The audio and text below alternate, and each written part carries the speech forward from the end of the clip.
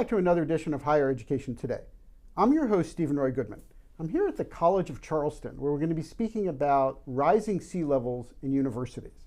And I'm here with Norman Levine, who's a professor of geology here at the College of Charleston, and Duncan Williamson, who's a graduate student of environmental studies. Welcome to both of you. Welcome. Thank you for coming here to Charleston today. Well, it's my pleasure. Norm, maybe if we could start with you. Yeah.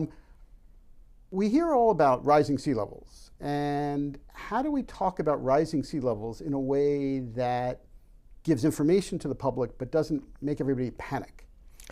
That's one of the hardest parts of the discussion to actually have. The most recent articles that people see all talk about rising sea levels accelerating, rising sea levels, causing displacement of people. And we have to balance the facts of what we know about timing and as well as degree of sea level rise in each area with what we know about the communities and the people to really craft messages that are tuned to each community that you're working with so that they can understand actually what their options are for rising sea levels. And it's really about presenting not just the information, but options on what they can do as they move forward. Well, speaking of the options, maybe if we can bring you in, Duncan, since you're about to graduate and enter the workforce, what options do you see both for yourself and for your generation looking at what's going to happen with the environment? First and foremost, I think people need to stay informed about what's going on. I think a lot of people that are my age tend to kind of distance themselves from news and that sort of thing and not necessarily staying in the fold and what's going on. So I think keeping yourself educated and knowing about flooding and where those high flood prone areas might be. My age group are starting to buy houses and that sort of thing, and knowing and being educated about where high flood prone areas are and knowing not to buy in those areas and just understanding that sort of thing can really help you going forward. Well, and speaking of that, let's say you're about to buy a house. Presumably houses are less expensive in areas that are more prone to flooding. How do you balance spending less money or spending more money knowing that your house might be underwater? Yeah, that's a good point. I think it's worth it sometimes to spend a little bit more money and be, in a secure location. You get what you pay for, and so I definitely think that if you have a budget and you're not able to spend a whole lot of money, to at least be educated about the location that your house is in that you're trying to buy. And Norm, do you have a thought or two about real estate and how people can go looking at real estate? Well, it's actually an interesting thing down here in Charleston, South Carolina. South Carolina in general is one of the fastest growing states in the U.S. In this particular region, we have between 42 and 44 people moving into the region a day. Parts of South Carolina have seen since 2020 unbelievably 1,200% population increase. And you can picture that, which means people are still moving in, people are still buying, they're moving into vulnerable areas and less vulnerable areas. And unfortunately, one of the statements that people don't realize is everybody wants a water view. And those are the ones that are more imperiled, yet they actually are still going at premiums. And that's really something that we have to think about, is what should be a premium, in terms of pricing, and what does it mean to the rest of your area when you're taking on that kind of risk. But who defines that? Doesn't the market define what the market is? The market does define what the market is, but it's also defined by the taxes, the policies that are in place, the planning decisions and regulations, which with such a rapid population growth are just now starting to catch up with not only population growth, but sea level rise issues at the same time. So putting in place policies and regulations that help protect and prioritize development in areas outside of these zones is one of the important things that has to happen. South Carolina is a state where that can be considered a taking, where the land, you're not allowed to do what you want on your land, and it has been, there has been quite a bit of litigation on that, in fact, over what can be done. The most recent Supreme Court decisions on what are wetlands also make a huge difference in this area. For us, water wants to be where water once was. And that's one of the things people have to understand, is that the landscape is made up of areas that are prone to flooding and that at one point were flooded and have been claimed or reclaimed at this point. But we can't go back to what happened 100 years ago. What was built was built. What do you do now? There are actually a number of things that we can do. There are, many of the older buildings were built with they were raised and built to handle periodic flooding. Younger buildings were not built with as much of a lift to them. So right now, one of the things people can do is they can raise buildings. Another thing that people can do is they can harden sorts of structures. There's a lot of both green and gray infrastructure that can be brought in to help reduce and limit flooding around areas. It's a matter of designing to live with water and deciding that we're going to design to live with water in a region. Duncan, do you agree with that? So how have you studied some of the stuff that Norm was just talking about a second ago? Well, for one, Dr. Levine taught me geographic information systems at the college. And one of the projects that we worked on was looking at precipitation modeling, essentially looking at if we have this amount of rain that comes down, how much is going to result in runoff and how much is going to infiltrate into the soil and regenerate the groundwater. And with increasing impervious surfaces from development and just humans moving into different areas, you're essentially going to have more runoff and more pressure on your stormwater system. But that gets back to something I think I was thinking of a second ago, which is, do we not have development then? I think there's a mixed approach. Development is inevitable, but I think it's about incorporating green infrastructure in with the gray infrastructure to best be able to handle the stormwater volumes or loads that are going to result from the development. So let's take an example of a building. Maybe I'll throw this to both of you. So let's say there's going to be a new building built. What would you recommend that the building do? Because we know it's going to rain a certain amount, give or take. Where does the water go to? And obviously the building needs to be built on a foundation, and that foundation is not just basic soil and a tree. So what happens? So part of what we have to do when we talk about the terms green and gray infrastructure, we're looking at things that are using natural sorts of environmental fixes and things that are using engineered fixes to look at both of them. So when we build a building, that increases impervious surface.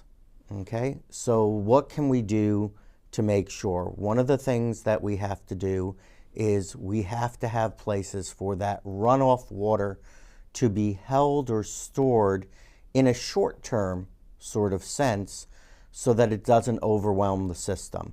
So property as they're being designed, we've all seen design communities with their beautiful little ponds that are around. Most of those ponds are flood retention ponds. And so designing with that. Now in an urban setting, it's a lot harder to design that way. So what we have to do is we have to design the gray part of the infrastructure to handle the increased water volumes and to hold them on-site or off-site. So one of the things you might consider is an area that may be somewhat sunken, that can be used for seating and amphitheater style sorts of things, or parks, that when it does rain, that they're meant to hold water, and they're meant to be that sort of feature that helps to retain some of that runoff. So it really is a matter of designing it in such a way that that can work. Another sort of issue that we have is, because we have such a large influx of people coming in, the water treatment plants within the region right now can't or may not be able to accommodate. So a lot of septic systems are going in. And septic systems require a certain amount of space between the ground surface or the aerobic area that it works on to kind of take care of the materials from the waste system.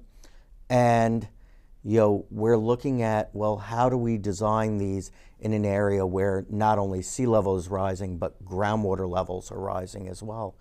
And it's all part of just making sure that we are designing to handle the water. With a house, lifting it higher. With a house, making sure that there is some type of space beneath the house to handle floodwaters, to keep it out of the house. There are a lot of different tools and techniques that can be used. Because let's say Duncan or one of his colleagues is finishing school, they're going to get a house. Do they have the money? Does the average student who just finishes at the College of Charleston or some other university have an extra $100,000 to just raise their house? What do they do?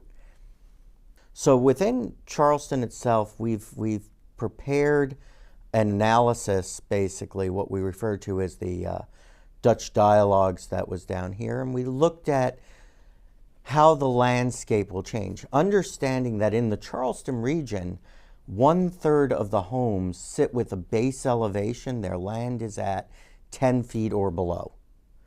Okay, this is one of the reasons that Charleston itself is one of the most endangered cities in terms of climate change and sea level rise. Now, what they can do is they can look at ways of putting in things like rain gardens. They can look at ways of capturing the runoff from their own homes. They can make sure that the drainage areas around whatever they're purchasing are designed to handle storms that we expect to be having. What we expect to see is more frequent, higher intensity storms.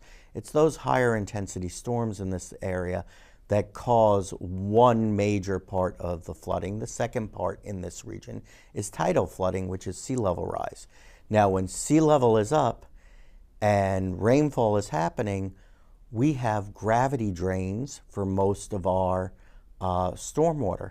And that means the tide blocks the stormwater outlet and it backs up into an area. So making sure that your area that you're buying has, lack of a better term, ditching or retention that can help handle that is what they need to look at.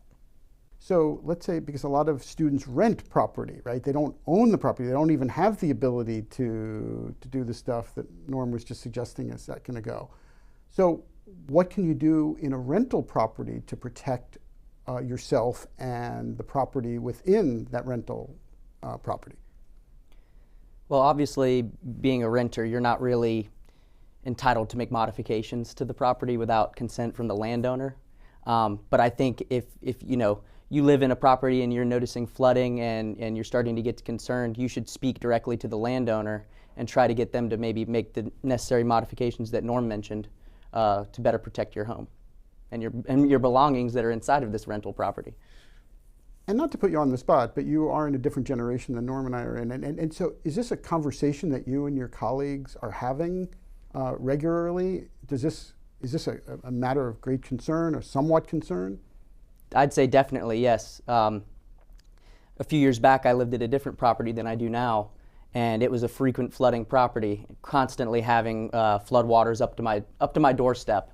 And you know, this is a lived experience that many students are having around the College of Charleston's campus.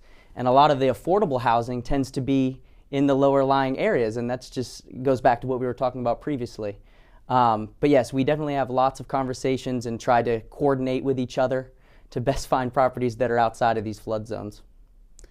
I wonder if at some point you just throw up your hands and say, well, there's nothing I can do, so I might as well just move to higher land.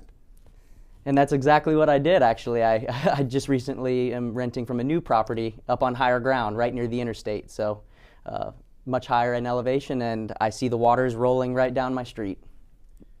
But if everybody were to do that, then what would happen to the lower lying areas? I guess not everybody can do that because there's a limited amount of property. So somebody's going to live in the lower lying areas. With the high influx of people coming here, there's always going to be someone to fill the void when one person leaves. And that's part of the issue in an area. We think about, you know, what makes the area, can people afford to move and move away? And for a city like Charleston, part of the issue is, well, where people live is also part of the tax base that you have. But there is an understanding that some of these areas will have flooding that impacts it to the point that the properties will no longer potentially be usable. So one of the things that we have is not only, you know, is to think about risk reduction. And when we think about risk reduction, we realize that not only will there be properties that you can raise, and not only are there properties that you can use green and gray infrastructure on, but there are properties that will not be suitable for any of that. And that's part of retreat, which has to be part of the plan that people are putting into place, because there will be properties that just cannot stay or will be flooded so frequently that they're no longer viable. And people need to have the ability and an option to move from that. And that, unfortunately, is not really a municipal or local issue. That becomes a state and federal issue on how do we deal with what, for lack of a better term, is climate migration or climate forced migration that we will have because there are areas that must be retreated from. And that's part of the plan. We have to reduce risk, we have to do what engineering we can, and we have to be able to retreat in order to live with the way water is going to be within the region. You mentioned this is a national issue. I could see that, and I can also see, obviously, it's an international issue as well, but it's also a political issue because different people have different views about what to do about this, presumably. And that's, you know, I've actually been working on sea level rise issues, I hate to actually say this, since the 1980s, okay? The early SLAM models, which first came out and showed sea level rise, I was working on when I was a graduate student like Duncan is. And it's an interesting thing to understand that there's a difference between political will, political positioning and posturing, and acceptance of scientific as well as observational data that we have that at this point is really undeniable that we're there. We've done studies here in Charleston which show that we have a timeline that we have to adhere to in order to make sure projects are in place to protect and mitigate what's going on to some degree in order to be able to build those projects in time. And we know that by 2050, more than likely, we're going to have somewhere near 300 days where there's some type of flooding going on properties within the region. Now, if you think about that, that might be, it's only at night, so it doesn't affect certain types of activities because these are twice-day tides with one tide being slightly higher. But you're still looking at, if it is flooding that frequently, how do you do construction? How do you do work? So we have a timeline that has to be met. Each community has to have those timelines, and it has to be something that the politicians understand is based on, as I put it, science, and they have to go back to accepting that science is an opinion. Science is the application of data to draw conclusions that can be reproduced and shown to be valid over time. So presumably you could show on a map with the rising sea levels what things would look like in 5 years, 10 years, 15 years, 20 years. And we actually have maps like that that we provide to municipalities. We show them so in Charleston, because we've been tracking sea level rise for as long as we have, we actually have the knowledge that we sit on what's known as the intermediate high curve that the Army Corps of Engineers and NOAA have both proposed for the region. And so that means we have an understanding of what we expect sea level rise to look like. And politically, you can say, oh, we're going to do this, and it may be underneath that number. Doesn't mean that you're protecting people. You have to look at the numbers and the information and then try and make sure that you are exceeding that in order to keep people safe. In terms of keeping people safe, Duncan, maybe if I can ask you, and let's a little less doom and gloom, what career options are there to kind of help mitigate some of what we're talking about? Well, I'll just go right to the career that I'm currently in, stormwater engineering. A lot of what we do is we look at communities, and we get hired by communities and municipalities to look at the drainage systems that they have in place there and how we might be able to what we call raise the level of service, essentially create that or modify that infrastructure to better be able to handle certain volumes of floodwater. And what we do currently is we raise them to a higher level of service than what we expect they might even receive in terms of raining and tidally induced flooding. And so that goes back to what Dr. Levine here was talking about, modify the system to where it can handle a load that they might not even be expecting, so that we're, much more resilient community. And what about some of your colleagues? What are some of the jobs that they're either doing or thinking about doing? I have a few colleagues who are in the nonprofit sector, working for nature-based conservancies out here. And it kind of goes back to what Dr. Levine was talking about, buying out properties that are, flood vulnerable. And that's what a lot of my colleagues do, is they purchase properties and preserve them in perpetuity, not only due to flooding, but also just for nature-based reasons. So part of the whole package you have here is preserving the ecology and the environmental capabilities of the land.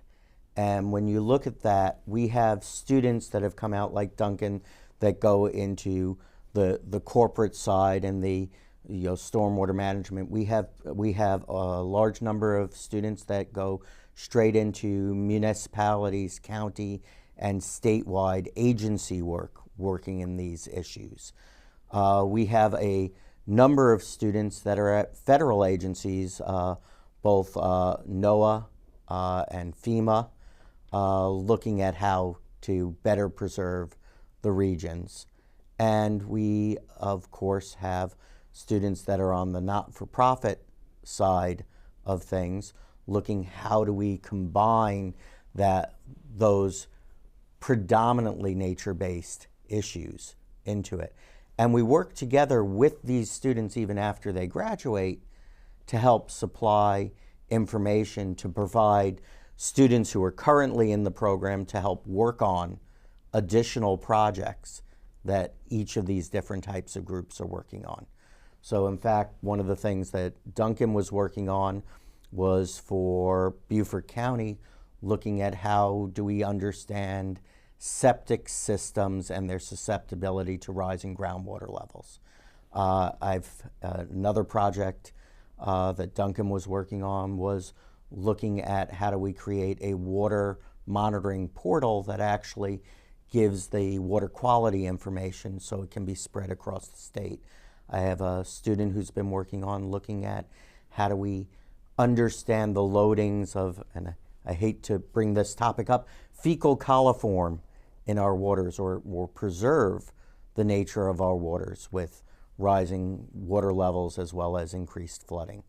And so we look at a large number of problems across the area, all with the theme of trying to improve resiliency as well as sustainability across a region. And those two pieces have to be hand in hand. Well, I think you have a lot of work ahead of you, and I think we all have a lot of work ahead of us as a society. So thank you both for taking the time to chat about this today. Thank you very much for having us here. Well, Yeah, thank you. Thank you. If you would like additional information about the College of Charleston, please go to charleston.edu. If you'd like to send a note to me at the show, please go ahead and do so by sending an email to highereducationtoday@topcolleges.com. And thank you for watching. We will continue to bring you quality discussions about important matters in today's college and university world. I'm Stephen Roy Goodman, and you've been watching Higher Education Today.